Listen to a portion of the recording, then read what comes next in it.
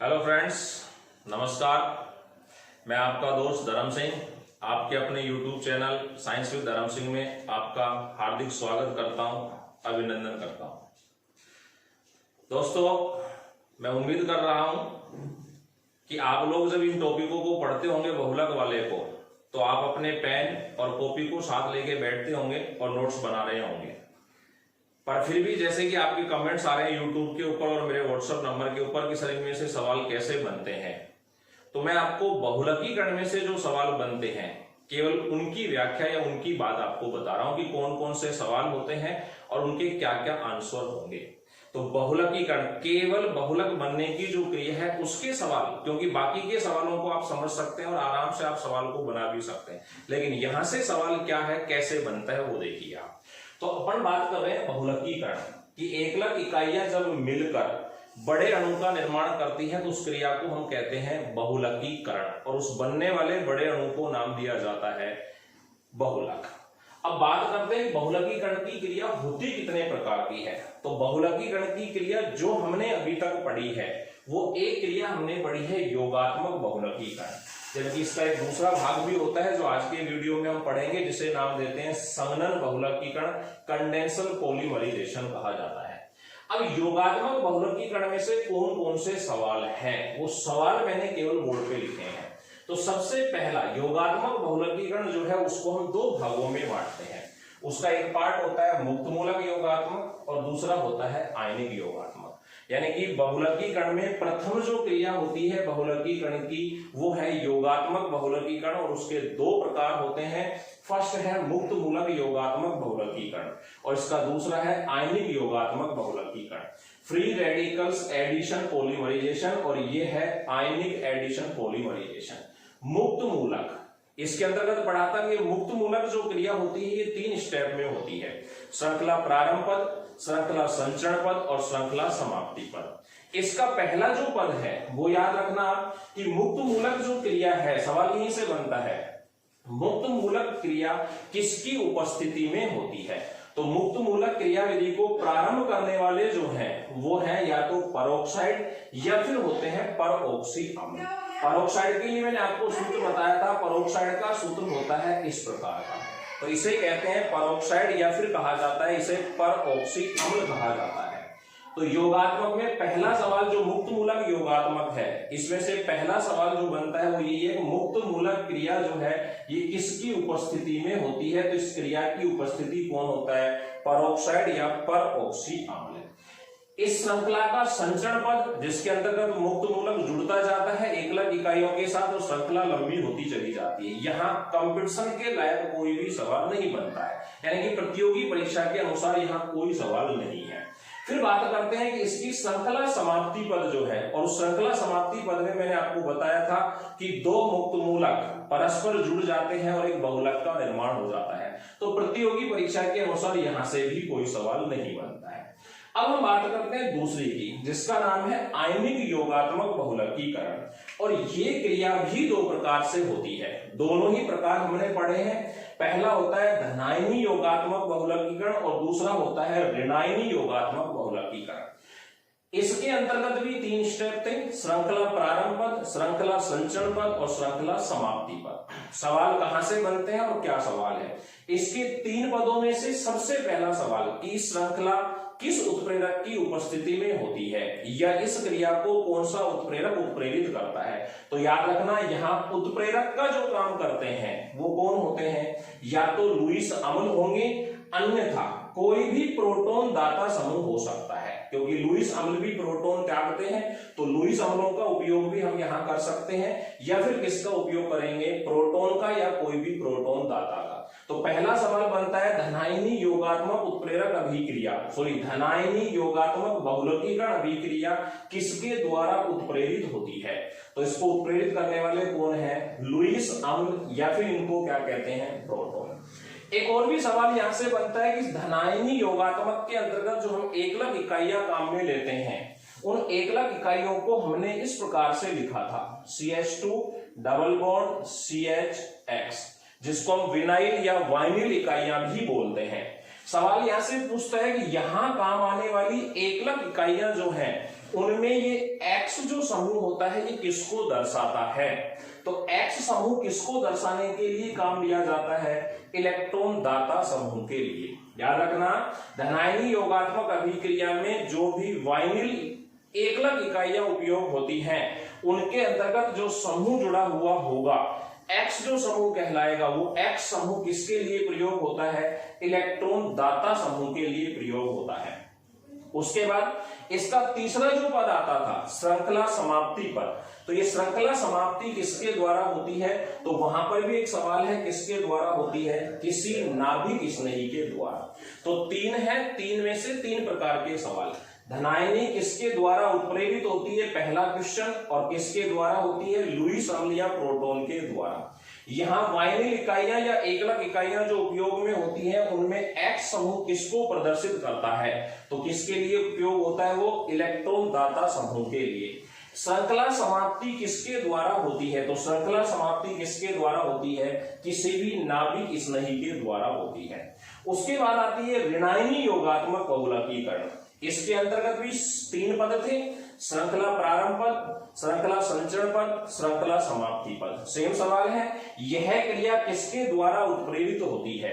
तो इस क्रिया को उत्प्रेरित करने वाले कौन है? लुईस छार। इस क्रिया को उत्प्रेरित करने वाले कौन है? लुईस छार, या फिर लुईस छार के स्थान पर आप कह सकते हो कोई भी नाभिक स्नेही जो होता है। तो ऋणायनी योगात्मक बहुलकीकरण क्रिया में पहला सवाल है कि यह अभिक्रिया किसके द्वारा उत्प्रेरित होती है? तो किसके द्वारा उत्प्रेरित है? लुईस छार के द्वारा, या फिर किसके द्वारा होती है? नाभिक स्नेही द्वारा। ऋणायनी योगात्मक अभिक्रियाओं में हम जो एकलक इकाइयां काम में ली थी, उन एकलक इकाइयों के साथ लिखा हुआ था CH2 डबल बॉन्ड CH, और यहां हमने एक समूह काम में लिया था जिसको हमने क्या नाम दिया था? Y। अब यहां पर है कि ये Y किसको प्रदर्शित करता है? तो Y किसको प्रदर्शित करता है? इलेक्ट्रॉन आकर्षी समूह को प्रदर्शित करता है। और अंतिम सवाल, श्रृंखला समाप्ति पद जो होता है ये किसके द्वारा होता है? तो किसके द्वारा होता है? प्रोटॉन या किसी इलेक्ट्रॉन स्नेही के द्वारा। ये एक दूसरे के विपरीत होती है दोनों, धनायनी या फिर ऋणायनी। तो बहुलकीकरण में भी विशेषकर फर्स्ट जो मैंने बात की है केवल योगात्मक बहुलकीकरण में से क्या सवाल है? पहला सवाल, ये कितने प्रकार की होती है? दो प्रकार की, मुक्त मूलक और आयनिक। मुक्त मूलक के अंतर्गत किसको उत्प्रेरक के रूप में काम लिया जाता है? तो वो है परऑक्साइड या फिर परऑक्सी अम्ल। दूसरा प्रकार जो है वो आयनिक योगात्मक। ये कितने प्रकार की है? दो। एक है धनायनी योगात्मक और दूसरी है ऋणायनी योगात्मक। इन तीनों के दोनों के तीन तीन स्टेप थे, श्रृंखला प्रारंभ पद, श्रृंखला संचरण पद और श्रृंखला समाप्ति पद। और वहीं से सवाल बनते हैं किसके द्वारा उत्प्रेरित होती है? तो लुईस अम्ल या प्रोटॉन के द्वारा। एकलक इकाइयों में X समूह किसको दर्शाता है? तो वो है इलेक्ट्रॉन दाता समूह। श्रृंखला समाप्ति किसके द्वारा होती है? तो वो है नाभिक स्नेही। इसका जो दूसरा प्रकार है ऋणायनी, इसके भी तीन पद थे। सेम सवाल है, यह अभिक्रिया किसके द्वारा उत्प्रेरित होती है? तो लुईस छार या फिर नाभिक स्नेही। इसमें जो एकलक इकाइयां होती है उनके साथ एक समूह था Y। ये Y समूह किसको दर्शाता है? इलेक्ट्रॉन आकर्षी समूह को। और ये अभिक्रिया की श्रृंखला समाप्ति किसके द्वारा होती है? तो वो है प्रोटॉन या फिर इलेक्ट्रॉन स्नेही। अभी बात कर रहे हैं बहुलकीकरण की दूसरी क्रिया की, जिसका नाम होता है संघनन बहुलकीकरण। अभी बात कर रहे हैं दूसरा प्रकार बहुलकीकरण का, जिसका नाम है संघनन बहुलकीकरण, कंडेंसर पॉलीमराइजेशन। इसमें क्या होता है? सबसे पहले बात करते हैं ये क्रिया तब होती है जब एकलक इकाइयां जो काम में आएंगी उन एकलक इकाइयों में दो या दो से अधिक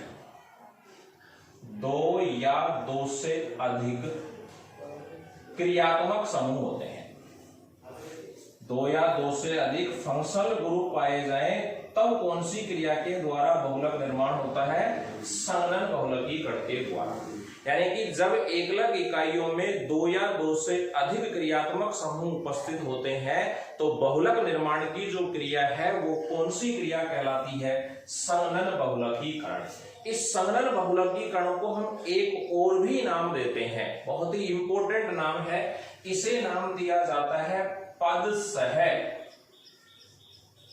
पदसह वृद्धि बहुलकीकरण भी इसे कहा जाता है। पदसह वृद्धि बहुलकीकरण भी इसे कहा जाता है। ऐसा क्यों कहा जाता है? क्योंकि ये क्रिया एक के बाद एक पदों में संपन्न होती है। एक के बाद एक पद में संपन्न होती है, यानी कि पूरी क्रिया जो होती है वो एक पद में संपन्न नहीं होती है, बल्कि एक से अधिक पदों में संपन्न होती है। सबसे पहले दो एकलक इकाइयां जुड़ती हैं और एक पद का निर्माण होता है, फिर एक एकलक इकाई पुनः जुड़ती है और अगले पद का निर्माण होता है, फिर दूसरी एकलक इकाई जुड़ती है और फिर एक पद का निर्माण होता है। तो इस प्रकार बहुलक का जो निर्माण होता है वो हर बार एक स्टेप के द्वारा, एक पद से दूसरे पद में, फिर तीसरे पद में, फिर चौथे पद में, तो बार बार इसमें पदों का निर्माण, बार बार इसमें स्टेप का निर्माण होता है। इसलिए इसको क्या नाम दिया जाता है? पदसह वृद्धि बहुलकीकरण भी इसे कहा जाता है। आप अंग्रेजी में इसे स्टेप ग्रोथ, आप अंग्रेजी में इसे क्या कह सकते हैं? स्टेप ग्रोथ पॉलीमराइजेशन भी बोल सकते हैं। यानी कि याद रखना कि इसमें बहुलक निर्माण एक से अधिक पदों में संपन्न होता है, या फिर ये कह सकते हो कि इसमें एक के बाद एक पद संपन्न होते हैं, इसलिए इसे क्या नाम दिया जाता है? पदसह वृद्धि बहुलकीकरण, स्टेप ग्रोथ पॉलीमराइजेशन कहा जाता है। और जैसा कि पहले भी एक बार मैंने बताया था आपको, जो बहुलक के प्रकार पढ़े थे हमने, कि इसको संघनन बहुलकीकरण क्यों कहा जाता है? क्योंकि इसमें जब दो एकलक इकाइयां आपस में जुड़ती है तो उनके मिलने से एक सरल या छोटे, जब दो एकलक इकाइयां मिलती हैं तो उनके मिलने से एक सरल या छोटे अणु का निष्कासन होता है। एक सरल या छोटे अणु का क्या होता है? निष्कासन होता है। निष्कासन का मतलब बाहर निकलता है। और ये सरल या छोटा अणु कौन हो सकता है? तो ये भी मैंने आपको बताया था, ये H2O हो सकता है, या फिर कोई एल्कोहल हो सकता है, या फिर NH3 हो सकता है, या फिर कौन हो सकता है? HCl हो सकता है। इस प्रकार का कोई एक छोटा अणु बाहर निकलता है, इसलिए इसे क्या नाम दिया जाता है? संघनन बहुलकीकरण। तो बहुलकीकरण की दूसरी जो क्रिया होती है, फर्स्ट का नाम था योगात्मक बहुलकीकरण, जिसके अंतर्गत 3 हमने पढ़े थे। एक पढ़ा था मुक्त मूलक, दूसरा पढ़ा था आयनी, आयनी के 2 पढ़े थे, धनायनी और ऋणायनी। और दूसरी जो है उसका नाम क्या है? संघनन बहुलकीकरण। मैं फिर बता रहा हूं, संघनन बहुलकीकरण कब संपन्न होगा? कब संपन्न होगा? जब एकलक इकाइयों में 2 या 2 से अधिक क्रियात्मक समूह क्या होते हैं? उपस्थित होते हैं। तब बहुलक का निर्माण कौन सी क्रिया के द्वारा होता है? संघनन बहुलकीकरण द्वारा होता है। इसे एक अन्य नाम भी दिया जाता है, पदसह वृद्धि बहुलकीकरण, स्टेप ग्रोथ पॉलीमराइजेशन कहते हैं। क्यों कहते हैं? क्योंकि यह क्रिया एक के बाद एक पदों में संपन्न होती है। इसके अंतर्गत होगा क्या कि जब 2 एकलक इकाइयां आपस में मिलती हैं तो उनके मिलने से एक सरल या छोटे अणु का क्या होता है? निष्कासन होता है। जैसे कौन है? H2O बाहर निकल सकता है, कोई एल्कोहल बाहर निकल सकता है, अमोनिया, या फिर कौन बाहर निकल सकता है? HCl बाहर निकल सकता है। जैसे कि कौन होते हैं? जैसे कि इसके द्वारा किसका निर्माण होता है? तो जैसे कि इसके अंतर्गत आता है एक तो नाइलॉन 66, और कौन आता है? पॉलीएस्टर। इनके निर्माण की पूरी क्रिया को हम आगे पढ़ेंगे। नाइलॉन और पॉलीएस्टर। नाइलॉन 2 चीजों से बनता है, हेक्सामेथिलीन डाइअमीन और एडिपिक अम्ल। और जब ये दोनों मिलते हैं तो इसके मिलते समय एक H2O का अणु क्या होता है? बाहर निकलता है। H2O बाहर निकलता है, इसीलिए इसको क्या नाम दिया जाता है? संघनन बहुलकीकरण कहा जाता है। इसके पश्चात अगर बात की जाए तो फिर आते हैं सह बहुलकीकरण। आप इसका स्क्रीनशॉट ले सकते हैं। अभी जो दोस्तों बात करेंगे वो करेंगे अपन किसकी? सह बहुलकीकरण, जिसको हम नाम देते हैं विषम बहुलकीकरण, या फिर इसे को या हेट्रोपोलीमराइजेशन भी बोलते हैं। नाम से आप पता चल रहा है, परिभाषा में पहले भी आपको बता चुका हूं कि सह बहुलक, सह का मतलब जिसमें 2 या 2 से अधिक एकलक इकाइयां परस्पर मिलती हैं, वो क्या कहलाते हैं? सह बहुलक या विषम बहुलक कहलाते हैं। जैसे कि मैंने एग्जाम्पल के रूप में लिखा है, एक एकलक इकाई ली हमने ए, दूसरी एकलक इकाई ली बी, दोनों के n अणु हमने लिए और उनको मिलाकर हमने इस तरीके से एक बहुलक का निर्माण किया। इसे हम क्या नाम दे रहे हैं? सहबहुलक या फिर कोपोलीमर कहा जाता है। अब ये सहबहुलक के अंतर्गत एग्जाम्पल की बात करें तो जैसे एक एग्जाम्पल है स्टाइरीन और ब्यूटाडाइईन। ब्यूटाडाइईन और स्टाइरीन का जो बहुलक बनता है उसका नाम हम देते हैं योगात्मक सहबहुलकीकरण। क्यों कहा जाता है? क्योंकि ये दोनों एकलक इकाइयां मिलती हैं तो इनके मिलने से एक बहुलक का निर्माण होता है और बहुलक के बनते समय कोई भी छोटा अणु शेष नहीं बचता, इसलिए इसे क्या नाम दिया जाता है? योगात्मक सहबहुलकीकरण कहा जाता है। जबकि दूसरा जो है वो है हमारा नाइलॉन 66। इसमें मैंने लिया एडिपिक अम्ल और एक होती है हेक्सामेथिलीन डाइएमीन। इन दो इकाइयों के मिलने से एक बहुलक का निर्माण होता है और वो क्या कहलाता है? संघनन सहबहुलकीकरण कहलाता है। संघनन सहबहुलकीकरण इसे क्यों कहा जाता है? क्योंकि इन दोनों इकाइयों, कौन कौन सी? एडिपिक अम्ल और हेक्सामेथिलीन डाइएमीन, इन दोनों इकाइयों के मिलते समय एक छोटा अणु शेष बचता है जो किसका होता है? जल का। तो अलग अलग एकलक इकाइयां परस्पर मिल गई, कोई छोटा अणु शेष नहीं बचा, इसलिए कहलाया योगात्मक सहबहुलक। अलग अलग एकलक इकाइयां परस्पर मिली और मिलते समय छोटा अणु बाहर निकला, इसलिए नाम क्या दिया? संघनन सहबहुलक इसे नाम दिया। अभी हम बात कर रहे हैं सहबहुलकीकरण के प्रकार कि सहबहुलकीकरण कितने प्रकार का होता है। तो सहबहुलकीकरण 4 प्रकार का होता है। किसके आधार पर है ये 4 प्रकार? ये 4 प्रकार है एकलक इकाइयों के विन्यास। याद रखना किसके आधार पर है? कि सहबहुलक को उस सहबहुलक में जुड़ने वाली एकलक इकाइयों के विन्यास मतलब क्रम के आधार पर कितने भागों में बांटा गया है? 4 भागों में बांटा गया है, जिसमें फर्स्ट जो है उसका नाम क्या है? क्रम रहित सहबहुलक, रैंडम कोपोलीमर इसे कहा जाता है। रैंडम कोपोलीमर का मतलब कि इसमें जितनी भी एकलक इकाइयां जुड़ेंगी उन एकलक इकाइयों के जुड़ने का कोई निश्चित पैटर्न नहीं होता है। तो पैटर्न नहीं होता है एकलक इकाइयों के जुड़ने का, इसलिए इसे क्या नाम दिया? क्रम रहित सहबहुलक इसे नाम दिया गया। जैसा कि आप देख भी रहे हैं कि पहले एक एकलक इकाई आ गई, फिर दूसरी आ गई, फिर 2 अणु एक साथ आ गए, फिर उसके 4 अणु आ गए और फिर इस तरीके से। तो कोई निश्चित पैटर्न, निश्चित क्रम नहीं है, इसलिए इसे क्या नाम दिया गया? क्रम रहित रैंडम कोपोलीमर। दूसरा जो प्रकार है वो है हमारा एकांतरित सहबहुलक, अल्टरनेटिंग कोपोलीमर। अल्टरनेटिंग नाम से पता चलता है एकांतर, एकांतर मतलब एक के बाद एक, यानी कि पहले एक एकलक इकाई आएगी, फिर दूसरी एकलक इकाई आएगी, फिर पहली वाली दोबारा आएगी, फिर दूसरी वाली, फिर पहली वाली, फिर दूसरी वाली। तो एकलक इकाइयां एक के बाद एक जुड़ती हुई चलती हैं, इसलिए इसे क्या नाम दिया गया?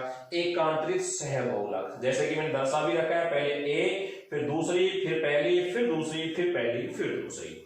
इसके बाद तीसरा जो आता है उसको हम नाम देते हैं खंड सहबहुलक, ब्लॉक कोपोलीमर। खंड सहबहुलक, ब्लॉक कोपोलीमर, यानी कि इसमें क्या होगा? इसमें एक एकलक इकाइयों के निश्चित समूह होंगे, फिर दूसरी के निश्चित समूह होंगे, फिर पहली के निश्चित समूह होंगे, फिर दूसरी के निश्चित समूह। जैसे एक एकलक इकाइयां मैंने ले ली, एक, इसके समूह हो गए, एक ब्लॉक, एक खंड बन गया। फिर दूसरी एकलक इकाई आ गई, उसके ब्लॉक या उसका खंड बन गया, फिर पहली वाली दोबारा आ गई, फिर दूसरी वाली दोबारा आ गई। लेकिन यहाँ पे आप देख रहे हो कि इस खंड के अंतर्गत ए के 3 अणु हैं, इस खंड में बी के 4 अणु हैं, फिर इस खंड में ए के 4 अणु हैं, फिर इस खंड में बी के 2 अणु। तो खंड में अणुओं की संख्या निश्चित नहीं है, लेकिन खंड निश्चित है कि पहले एक के खंड होंगे, उसमें अणु भिन्न भिन्न हो सकते हैं, फिर दूसरी के खंड होंगे, अणुओं की संख्या भिन्न हो सकती है, फिर पहली के खंड होंगे, अणुओं की संख्या पहले से भिन्न हो सकती है। तो ये कहलाता है खंड सहबहुलक, जिसमें एक एकलक इकाइयों के निश्चित अणुओं की संख्या से एक खंड बनेगा, दूसरी एकलक इकाई के निश्चित अणुओं की संख्या से फिर एक खंड बनेगा। तो एकलक इकाइयां खंडों के रूप में व्यवस्थित होती हैं, इसलिए इसे नाम दिया गया खंड सहबहुलक, ब्लॉक कोपोलीमर नाम देते हैं। और अगला जो आता है उसे हम नाम देते हैं कलम सहबहुलक, ग्राफ्ट कोपोलीमर। उसे क्या नाम देंगे? ग्राफ्ट कोपोलीमर कहा जाता है। इसमें क्या होगा इसमें एक एकलक इकाई की एक रेखीय श्रृंखला होगी और दूसरी एकलक इकाई उसके साथ शाखा के रूप में जुड़ी होगी। जैसे देखो, एक एकलक इकाई एक ही एक रेखीय श्रृंखला है और दूसरी एकलक इकाई कौन है, बी, वो उसके साथ किसके रूप में जुड़ी हुई है, शाखा के रूप में जुड़ी हुई है। तो जब दो या दो से अधिक एकलक इकाइयां परस्पर मिलती हैं तो उनके मिलने से बनता है सहबहुलक, और सहबहुलक बनने की क्रिया को क्या कहते हैं, सहबहुलकीकरण या विषम बहुलकीकरण कहा जाता है। इसके विन्यास के आधार पर एकलक इकाइयां किस क्रम में जुड़ती हैं, इस आधार पर हमने इसके कितने भाग बनाए, 4 प्रकार, 4 भाग होते हैं। पहला है क्रम रहित सहबहुलक, रैंडम कोपॉलीमर, जिसमें एकलक इकाइयों का कोई निश्चित क्रम नहीं होता है।